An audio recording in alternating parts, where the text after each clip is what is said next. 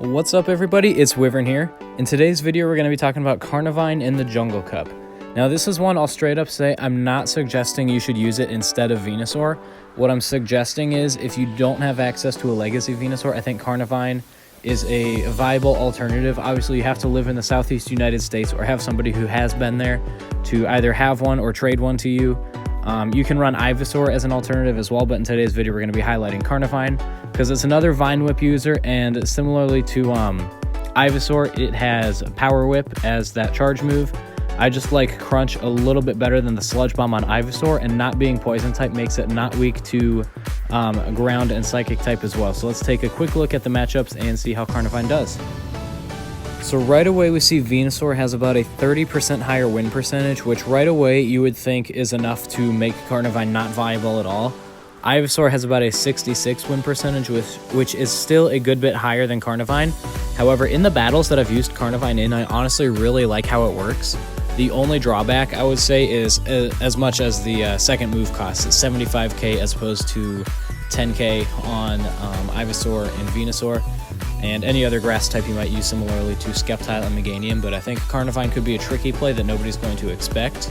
So let's dive right into some battles and see how it does. These matches are going to be against C-Mags. His channel will be linked down in the description. Be sure to go check it out. We're going to be leading with Carnivine in all of these matches just to see how it does.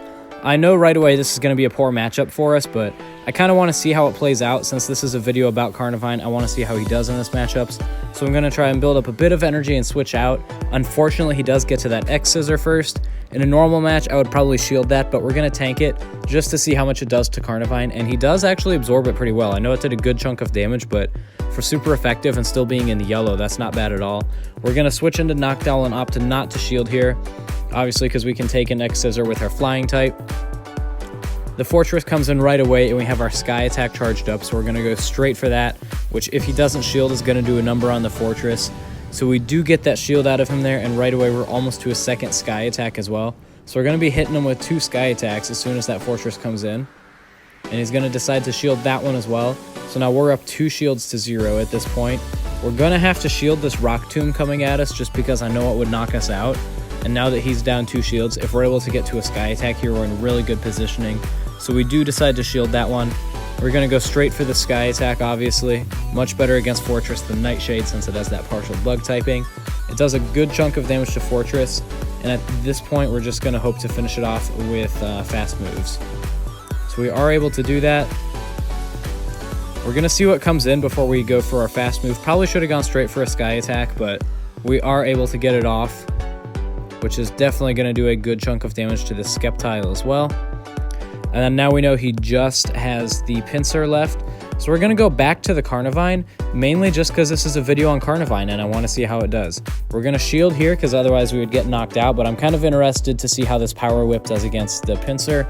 Obviously it's just about dead, but with Bug type being resistant to grass, I want to see if this will even knock it out or not.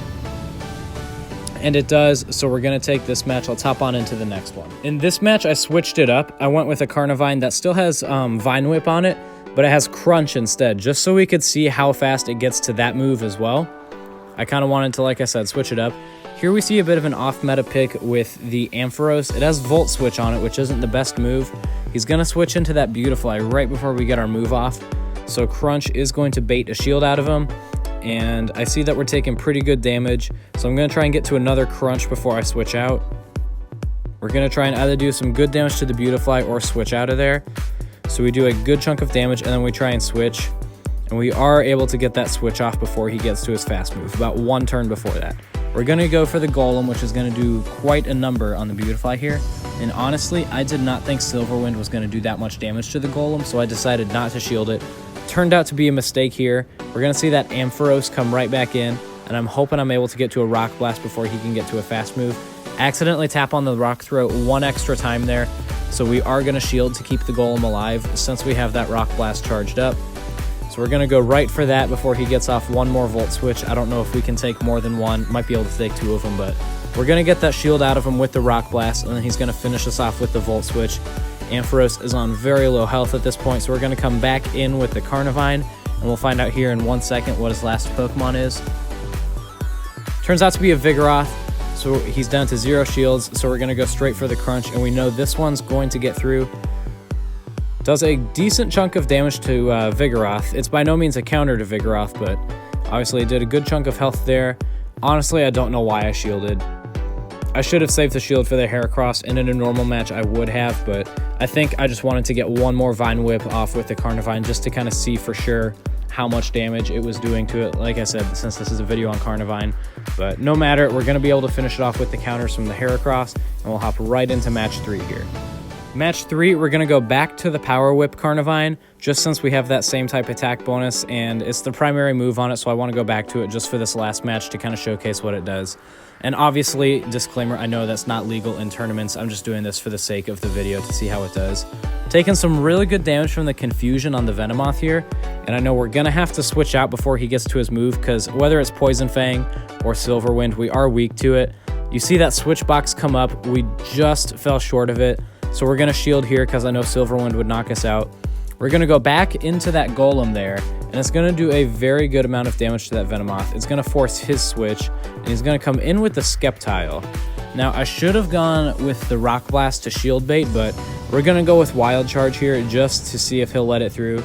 It's not going to, so he is going to shield that one. However, he's down to 0 shields at this point. We're going to shield this one too, so now we're down to 0 shields too, but obviously that Frenzy Plant would knock us out. We're going to hope we can get to a Rock Blast before he gets to another Frenzy Plant.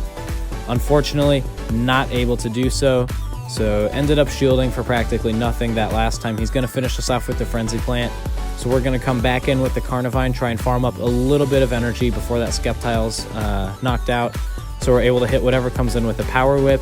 Unfortunately, it was a Venomoth with a charged up Silverwind, so now we're already down 2 Pokemon. We're going to come in with the Heracross, which is going to be weak to this Venomoth's Confusion, and we're just hoping and praying that we're able to knock it out before he gets to a Silverwind, and we are able to. At this point, I've pretty much accepted a loss because I don't expect to be able to have a good matchup with an almost dead Heracross, but he comes in with a Munchlax, and we're able to hit it with a close combat to finish out this match and go 3-0. So as you guys saw there, Carnivine is a very versatile Pokemon. It's one I honestly haven't ruled out of consideration for this cup. I probably won't use it for my ranked cup just because I do have that Legacy Venusaur, but if I do an unranked cup, I might use it just to see how it does in a real tournament. Like I said, I wouldn't consider it as my main Pokemon, but if you don't have access to those Legacy Pokemon, and you do have access to Carnivine, I think it could be a very interesting play. It could definitely throw a couple people off guard, and it could be a very strong Pokemon.